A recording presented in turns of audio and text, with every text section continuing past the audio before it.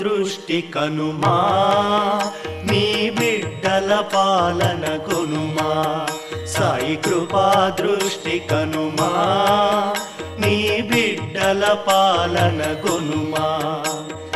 నిండితి నీవే జగత్తునంతా, నువ్వు వినాంతా మాయా. నిండితి నీవే జగత్తునంతా, నువ్వు వినాంతా మాయా.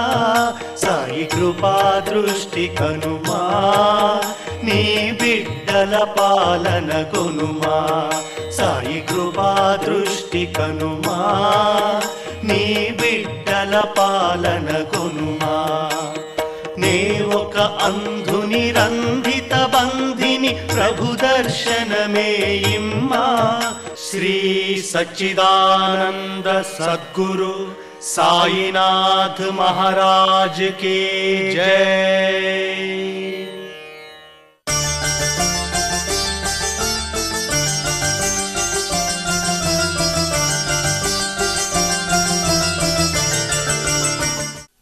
పరబ్రహ్మస్వరూపమైన సాయిబాబా భక్తులకందరికీ నమస్కారం. సచ్చరిత్రలో 6వ అధ్యాయాన్ని మనం పారాయణం చేస్తున్నాం. ప్రళయాగ్నితో కూడా ఏమాత్రం కాలనటువంటి ఈ వాసనామయమైనటువంటి సూక్ష్మ శరీరమట గురు స్పర్శ తగలగానే భస్మమైపోతుంది. అనేక జన్మల నుంచి మనం సంపాదించినటువంటి పాప సంచయం ఏదైతే ఉందో అది పటాపంచలైపోతుంది, అది గురు హస్త స్పర్శ వలన అని హేమాదిపంత్ సచ్చరిత్రలో ఈ 6వ అధ్యాయంలో ఉపోద్ఘాతంలో చెప్తున్నారు. అలాగే గురువు మీద ఎట్లాంటి శ్రద్ధ కలిగి ఉండాలో హేమాదిపంత్ అలాంటి శ్రద్ధ కలిగి ఉండి నా సద్గురువైనటువంటి సాయిబాబాయే శ్రీరాముడిగా శ్రీకృష్ణుడిగా నా ముందు నిలిచి తన లీలలను తనే వినిపించేటట్లు నాకు కనిపిస్తున్నాడు అంటున్నారు. భాగవతం విన్నా, రామాయణం విన్నా, ఏది విన్నా బాబాయే స్వయంగా నాకు చెప్తున్నాడా అనిపిస్తుంది అని చెబుతూ, ఎవరెవరికైతే చక్కగా ఆలోచనలలో భక్తి ప్రేమలుంటాయో వారికి చక్కగా ఆనందం కలిగించేటట్టుగా బాబా అనుగ్రహిస్తున్నారని చెబుతూ, భక్తునిలో అహంకారం విజృంభించగానే, అహంకారం అనేది త్వరగా వచ్చేస్తుందండి, అట్లాంటి అహంకారం విజృంభించగానే బాబా దాన్ని అణిచివేస్తూ ఉంటారు. తన శక్తితో వారి కోరికలను నెరవేర్చి సంతుష్టి చేసి ఆశీర్వదిస్తుంటారు అని చెబుతూ, సాయి పాదములకు సాష్టాంగ నమస్కారం చేసి సర్వస్వ శరణాగతి చేసిన వారికి ధర్మ అర్థ కామ మోక్షములు కరతలామలకమని చెప్పి హేమాధిపంత్ అంటున్నారు. సద్గురువుని సహాయంతో ముండ్లు గోతులు తప్పించుకొని ముందుకు సాగిపోయే గమ్యస్థానం అవలీలగా చేరగలుగుతాం అంటున్నారు హేమాధిపంత్. ఇవన్నీ చెబుతూ స్వయం సత్తాకమైనటువంటి బ్రహ్మం, జగత్తు సృష్టించు ఆ బ్రహ్మ యొక్క శక్తి సృష్టి, ఈ మూడింటిని ఒకటి చేసి తత్వ విచారం చేసి వాస్తవానికి ఈ రెండు మూడి ఒకటే అని చెప్పేవారు బాబా. తన భక్తుల శ్రేయస్సు కోసం బాబా ఏం చెప్పేవారో ఈ అధ్యాయంలో చెప్తున్నారు. నా భక్తుని ఇంటిలో అన్న వస్త్రాలకు ఎప్పుడూ లోటుండదు. నాయందే శరణు మనస్సు నిలిపి భక్తి శ్రద్ధలతో మనపూర్వకంగా నన్నే ఆరాధించే వారి యోగక్షేమాలు నేనే చూస్తూ ఉంటాను. కాబట్టి వస్త్రానికి ఆహారం కొరకు ప్రయాసలు పడవద్దు. నీకేమైనా కావలసి వస్తే భగవంతుని వేడుకో. ప్రపంచంలోని కీర్తి ప్రతిష్టల కోసం పాకులాడడం అవసరం లేదు. నా దర్బారులో మన్ననలు పొందడం కోసం భగవంతుని కరుణా కటాక్షం సంపాదించడం కోసం ప్రయత్నం చేయాలి. ఈ పాకులాడే ప్రయత్నం చేయవద్దంటున్నారు. ప్రపంచ గౌరవం అనేటువంటి భ్రమలను విడిచిపెట్టుంటున్నారు సాయిబాబా. ఆయన చెప్పినటువంటి బాబా చెప్పినటువంటి మాటలను హేమాధిపంత్ ఇక్కడ చెప్తున్నారు. ప్రపంచంలో ఏదో గౌరవం లభిస్తుంది. ఎంతకాలం లభిస్తుంది? నీకు శక్తి ఉన్నంతకాలం, హోదా ఉన్నంతకాలం, పలుకుబడి ఉన్నంతకాలం. ఇవి ఎప్పుడూ ఎవరికీ స్థిరం కాదు. కాబట్టి బాబా స్పష్టంగా చెప్తున్నారు, అట్లాంటి భ్రమలను విడిచిపెట్టండి. ఇష్టదైవం యొక్క ఆకారమును నిలుపుకొని సమస్తేంద్రియములు కూడా ఇతరుల వైపు మళ్లించకుండా గురువు వైపు మళ్లిస్తే నీకు చక్కటి అనుగ్రహం కలుగుతున్నారు. ఈ మాటే గురుగీతలో పార్వతికి పరమేశ్వరుల వారు ఈశ్వరుడు చెప్పాడండి. ఇష్టదైవం యొక్క అనుగ్రహం పొందాలంటే గురువు నుండి పొందుమని చెప్తున్నారు. ఆ రకంగా చెబుతూ గట్టి మనస్సును నిలుపుకోమన్నారు. అప్పుడు నెమ్మది దించి శాంతముగా చిత్తరహితమైనటువంటి మనస్సు అవుతుంది. మనస్సు సరి అయిన సాంగత్యంలో ఉంటే అది దానికి గుర్తని చెప్తున్నారు హేమాధిపన్. ఈ రకంగా అభయవాక్యాలు చెప్పి ఆ తర్వాత శ్రీరామనవమి గురించి గుర్తుకొస్తున్నది, అది నేను చెప్తానన్నారు. శ్రీరామనవమి ఉత్సవాలు, దానికి ముందు ఉరుసు ప్రారంభం కావడం. ఆ ఉరుసు ప్రారంభం కావడానికి కారణం ఏమిటి? ఆ ఉరుసు అనేటువంటిది సాయిబాబా దగ్గర జరిగినటువంటి ఒక గొప్ప ఉత్సవం ప్రారంభం చేశారు. దానికి ప్రధానంగా మనం గుర్తు చేసుకోవాల్సింది గోపాలరావు గుండు, అమీర్ షక్కర్, దాము అన్న. వీరు ముగ్గురు బాబా దగ్గర వారి అనుగ్రహం వలన సంతానం పొందినటువంటి ఆ నమ్మకముతో, ఆలోచనతో బాబా దగ్గర ఏదన్నా చెయ్యాలనేటువంటి ఆలోచన కలిగి ఉండి వారు అక్కడ ఉండేటువంటి సాయిబాబా భక్తుల యొక్క సహాయం తీసుకొని ఉరుసు చేస్తే బాగుంటుంది అనుకున్నారు. కానీ ఆ రోజుల్లో బ్రిటిష్ గవర్నమెంట్ కాబట్టి దానికి అనుమతి కావాలి. మొదట్లో అనుమతి రాలేదండి. తర్వాత రెండవసారి బాబా దగ్గరికి వెళ్ళి ఆయనకు చెప్పి, అయ్యా స్వామి మీ దగ్గర సేవ చెయ్యాలన్న తర్వాత మళ్ళీ ఆ అనుమతి కోసం అర్జీ పెట్టుకుంటే దాన్ని గవర్నమెంట్ వాళ్ళు అనుమతించారు. ఆ ఉరుసు చేయడానికి దగ్గరలో ఏ రోజు బాగుంటుందా అని ఆలోచన చేశారు. దగ్గరలో శ్రీరామనవమి ఉండిందండి. 1897వ సంవత్సరంలో జరిగిన కథ ఇది. దాన్నే హేమాధిపతి ఈ అధ్యాయంలో చెప్తున్నారు. ఆ 1897వ సంవత్సరం నుంచి ప్రారంభమైంది ఉరుసు. ఉరుసు మెల్లమెల్లగా శ్రీరామనవమిగా మారింది. ఉరుసు ఏమిటండి, శ్రీరామనవమి ఏమిటండి? ఉరుసు అనేటువంటి ఉత్సవాన్ని చేయడం కోసం పగలేమో హిందువులేమో జెండా ఉత్సవం చేసేవారు. ఖండోబా గుడి నుంచి ఊరేగింపుగా మేళతాళాలతో జెండాలను తీసుకొని వచ్చి మసూదుకు అటు ఇటు నిలిపి ఆ తర్వాత అక్కడ భజన చేసి మధ్యాహ్నం వరకు బాబా దగ్గర సేవ చేసుకుంటూ ఉండేవాళ్ళు బాబా భక్తులు, హిందువులు. ఆ రోజున శ్రీరామనవమి, ఆ రోజున ఉరుసనే పేరుతో హిందువులు ఈ రకంగా పగలు ఉత్సవం చేస్తే రాత్రిపూట చందనోత్సవం చేసేవారు మహమ్మదీయులు. బాబాని ఎవరైతే నమ్ముకున్నారో మహమ్మదీయులు, వారు రాత్రిపూట ఈద్గా నుంచి ఒక పెద్ద పళ్ళెములో గంధం పెట్టుకొని దాన్ని ఊరేగింపుగా తీసుకుని వచ్చి ఆ మసీదులో పెట్టి ఆ రోజు రాత్రంతా కవాలీలు పడుకుంటూ బాబా సన్నిధిలో చందనోత్సవం చేసుకునేవారు మహమ్మదీయులు. ఈ రకంగా 1897వ సంవత్సరం శ్రీరామనవమిన ప్రారంభమైనటువంటి ఉరుసు కాస్త మెల్లమెల్లగా సంవత్సరానికి అక్కడికి వచ్చే జనం ఎక్కువైపోయినారు. దానికి కావలసిన ఏర్పాట్లన్నీ చూస్తుండేవారు తాత్య, శ్యామ, అక్కడ ఉండేటువంటి సాయిబాబా భక్తులు. నీటి కొరత ఏర్పడింది. ఒకటే బావి ఉండేది. ఆ ఒక్క బావి కూడా నీటితో ఉండేటువంటి బావే కానీ ఉప్పు నీరుగా ఉండేది. బాబా దాంట్లో ఒక పుష్పం వేసి దాన్ని చక్కగా తీయటి రుచి కలిగినటువంటి నీరుగా మార్చారట. ఆ రకంగా ఆ నీరు కాస్త కొంతమందికి ఉపయోగపడింది. కానీ అవి కూడా సరిపోలేదు. అందుకని బయట నుంచి పెద్ద పెద్ద డ్రమ్ములలో నీళ్లు తెప్పించేవాళ్ళు ఆ రోజుల్లో సాయిబాబా భక్తులు ఆ ఉరుసు అనేటువంటి ఉత్సవం చేయడం కోసం. ఈ రకంగా మొదటి సంవత్సరం 5,000 మంది వచ్చారట. మెల్లమెల్లగా 5 ఏళ్ల కల్లా 75,000 మంది అండి. అంగళ్ళు పెట్టడం, రకరకాలుగా వ్యాపారాలు చేసుకునేవాళ్ళు, కొంతమంది కుస్తీ పోటీలు పెట్టేవాళ్ళు, రకరకాలుగా ప్రదర్శనలు ఇచ్చేవాళ్ళు. ఈ రకంగా జనం తండోపతండాలుగా షిరిడీకి వస్తుండేవారు. అప్పుడే వచ్చారండి దాదాసాహెబ్ కపర్డే, జగేశ్వర భీష్మ. ఆ జగేశ్వర భీష్మ అనేటువంటి వ్యక్తి బాబా దగ్గరికి వచ్చిన తర్వాత బాబా సన్నిధిలో ఆయన గురువుగా భావించుకున్నాడు. ఈ జగేశ్వర భీష్మ ఆ తర్వాత దాదాసాహెబ్ కపర్డే వీళ్ళిద్దరూ షిరిడీకి వచ్చిన తర్వాత బాబా దగ్గర ఉన్నటువంటి వాళ్ళ ఆ ఆలోచనలు ఏమిటి బాగా తెచ్చుకొని వారికి సేవ చేస్తూ ఉండేవారు. అప్పుడప్పుడు వస్తూ పోతుండేవారు. 1897లో ఉరుసు ప్రారంభమైనటువంటి ఉరుసు కాస్త మెల్లమెల్లగా 1904వ సంవత్సరం వచ్చేటప్పటికి కొద్దిగా మార్పు వచ్చిందండి. కొద్దిగా ఏమిటా మార్పు అంటే కాకా మహాజన్ అనేటువంటి అతనికి ఆలోచన కలిగి ఆ ఆలోచన కల్పించిన వారు జగేశ్వర భీష్మ. అయ్యా మనము శ్రీరామనవమి రోజున బాబా దగ్గర ఉరుసు చేసుకుంటున్నాం కదా, జెండా ఉత్సవం చేసుకుంటున్నాం కదా, మరి ఆ రకంగానే రాముల వారి పుట్టినరోజు వేడుక కూడా చేసుకుందాం అని అనుకున్నారు. కానీ ఎవరికి బాబాకి ఎవ్వరూ చెప్పలేదండి. అన్ని ఏర్పాట్లు జరుగుతున్నాయి. ఈ సందర్భంలో మనం గుర్తు చేసుకోవాల్సింది రాధాకృష్ణ మాయ గురించి. రాధాకృష్ణ మాయ బాబాకు ఎంత గొప్ప సేవ చేసిందండి.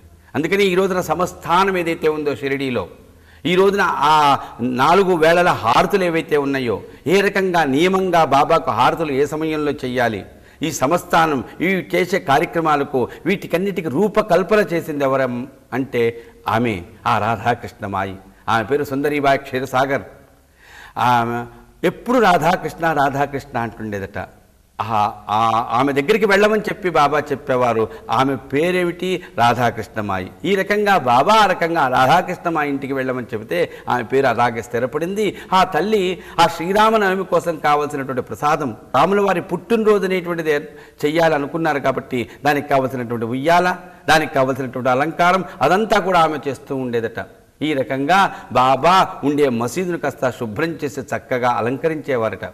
శ్రీరామనవమి రోజున ఇంకొక వేడుకగా ఆ రోజున ప్రారంభించాలనుకున్నారు. ఎవరూ బాబాకి చెప్పలేదండి.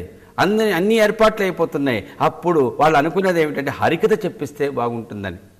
జగేశ్వర భీష్మ హరికథ చెప్తాడు. దానికి పక్కవాద్యంతో సహకారం చేసేయడానికి సిద్ధమయ్యాడు కాకా మహాజన్. జెండా ఉత్సవం ప్రారంభమైంది. ఇది ఏ సంవత్సరం జరిగింది? 1904లో. 1904లో ఈ రకంగా ప్రారంభమైనటువంటి ఈ శ్రీరామనవమి ఉత్సవం మన దగ్గర తెలుగు వాళ్ళు చాలామంది ఎక్కడున్నా కళ్యాణం చేస్తాం రామనవమి రోజున. దానికి కారణం భద్రాచలంలో రామదాసుల వారు ప్రారంభించినటువంటి సాంప్రదాయం అది. కానీ రాముల వారి పుట్టినరోజు శ్రీరామనవమి అంటున్నాం. చైత్రశుద్ధ నవమి పునర్వసు నక్షత్రంలో శ్రీరామచంద్రమూర్తి పుట్టాడు.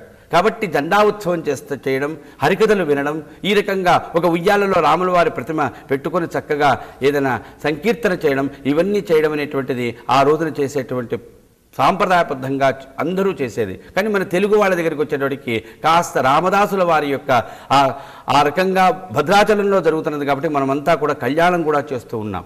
కానీ షిరిడీలో అట్లా జరిగేది కాదు. ఇప్పటికీ కూడా షిరిడీలో సంస్థానం వాళ్ళు అట్లా చేయడం లేదు. అందుకనే గుర్తు చేస్తున్నాను, రాముల వారి పుట్టినరోజు చేయాలనే సంకల్పం కలిగింది కాబట్టి 1904వ సంవత్సరం నుంచి వాళ్ళు ఆ ఉయ్యాల, ఆ ఏర్పాట్లు, ఆ సొంఠి, ఆ ప్రసాదం ఇవన్నీ జరిగినాయి. కానీ బాబాకి ఎవరు చెప్పలేదు. జెండా ఉత్సవం పేరుతో జెండాలు 2 ఊరేగింపుగా తీసుకుని వచ్చారు, బాబా దగ్గర పెట్టారు. బాబా దగ్గర అందరూ కూర్చున్నారు. బాబా అక్కడ లేడు. లెండిబాగ్ నుంచి వస్తున్నారు, వచ్చి కూర్చున్నారు. తను కూర్చున్నటువంటి ఆ ధుని ఎదురుగా కూర్చునేటువంటి దాని దగ్గరికి వెళుతూ ఉంటే ఆ ఉయ్యాల కనిపించింది. ఏమిటి ఉయ్యాల అని అడిగారు. అక్కడే ఉన్నాడు కాకా మహాజన్. కానీ కాకా మహాజన్ చెప్పలేదు. ఆ తర్వాత జగేశ్వర భీష్మ వచ్చాడు. జగేశ్వర భీష్మని అడిగారు, బాబా ఈరోజు రాముల వారి పుట్టినరోజు బాబా అన్నారు.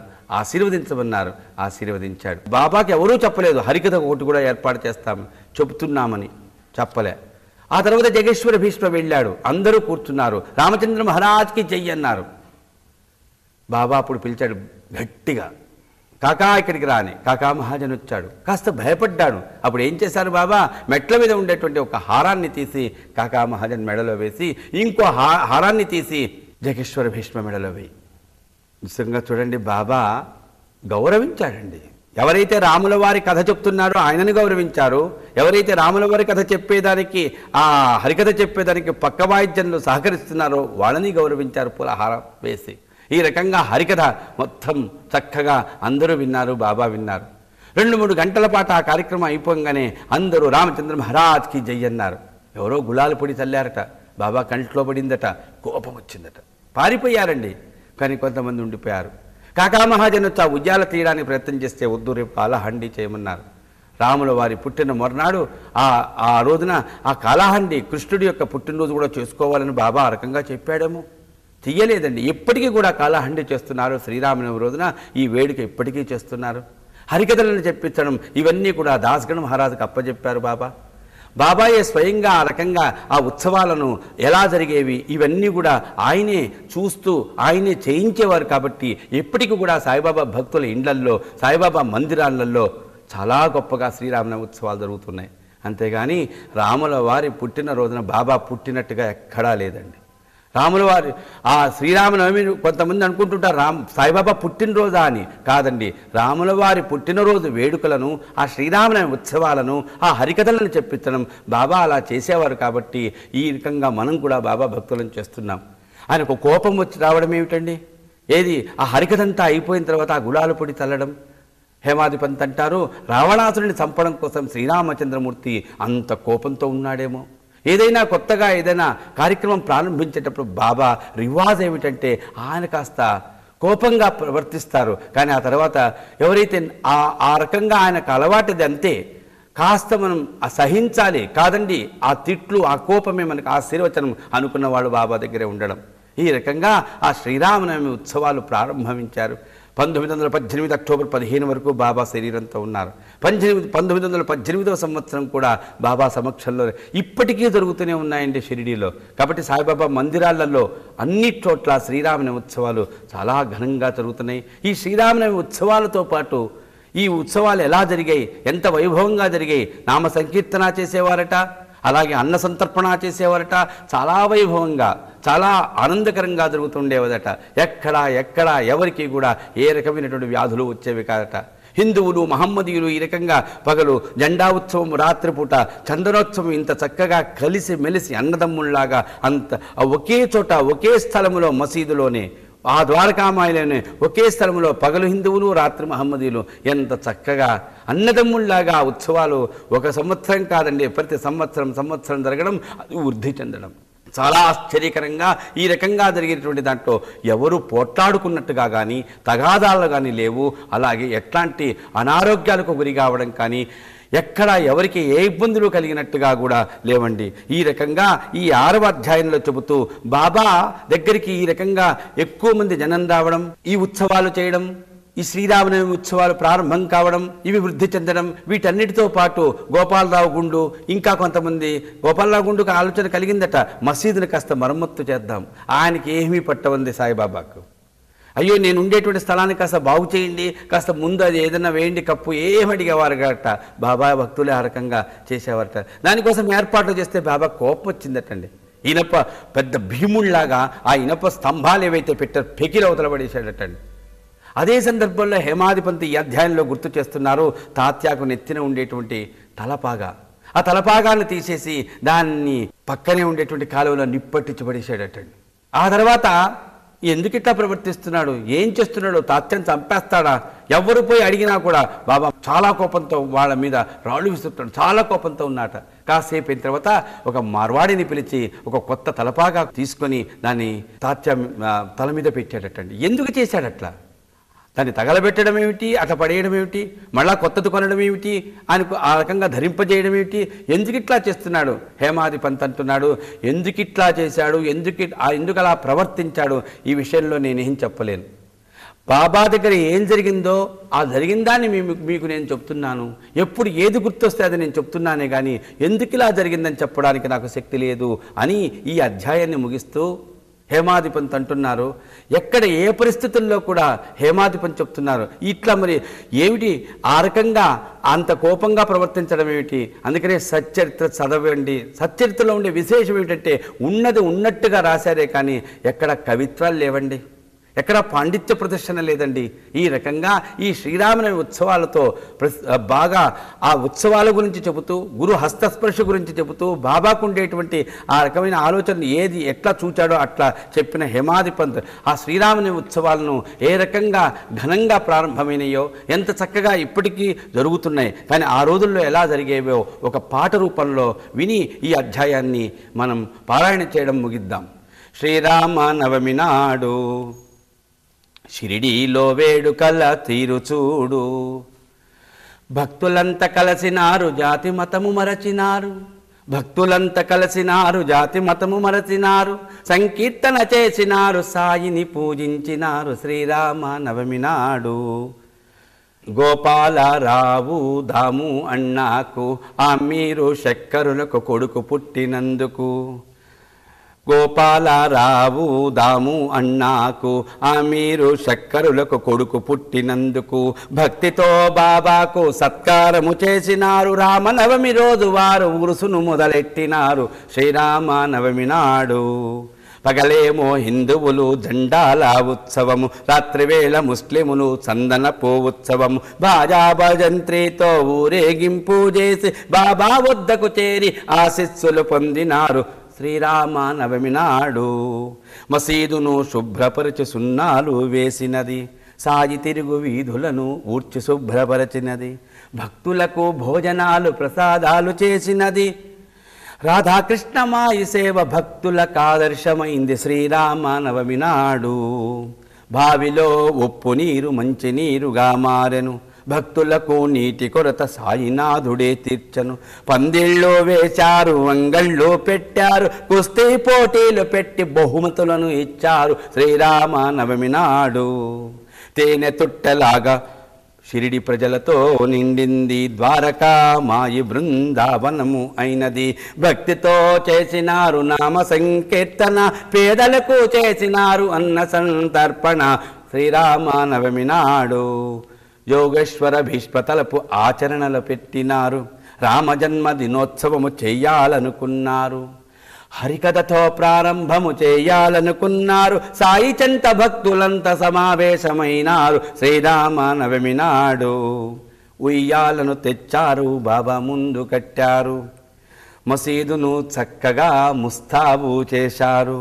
హరిదాసు రామకథను ఆరంభించారు, హరిదాసు రామకథను ఆరంభించారు. పూలమాల వేసి సాయి గౌరవించినారు శ్రీరామ నవమి నాడు. హరికథ ముగయగానే గులాలు పొడి చల్లారు, కంటిలో పడినందుకు సాయి రుద్రుడైనారు. తిట్లకు భయపడి కొందరు పారిపోయినారు, నైజము తెలిసిన వారు సాయి వద్దే ఉన్నారు శ్రీరామ నవమి నాడు. ఊయలను తీయబోగ బాబా వద్దన్నారు, మరునాడు కాలాహండి చెయ్యాలని చెప్పారు. ఏటేటా ఉత్సవాలు వృద్ధి చెందినాయి, భక్తులకు నీడనిచ్చే ద్వారకామాయి శ్రీరామ నవమి నాడు. సద్గురువు సేవలో రామజన్మోత్సవము విశేషమది. సద్గురువు సేవలో రామజన్మోత్సవము, సాయి భక్తులు చేసే కళ్యాణ ఉత్సవము. సేవకుడుగు రాజేంద్రుడు కీర్తించు ఉత్సవము, సేవకుడుగు రాజేంద్రుడు కీర్తించు ఉత్సవము. సచ్చరిత్ర వివరించే రామనవమి ఉత్సవము శ్రీరామ నవమి నాడు. షిరిడీలో వేడుకల తీరు చూడు, భక్తులంతా కలిసినారు, జాతి మతము మరచినారు. భక్తులంతా కలిసినారు, జాతి మతము మరచినారు, సంకీర్తన చేసినారు, సాయిని పూజించినారు శ్రీరామ నవమి నాడు. షిరిడీలో వేడుకల తీరుచూడు. శ్రీ సచ్చిదానంద సద్గురు సాయినాథ మహారాజ్ కీ జై.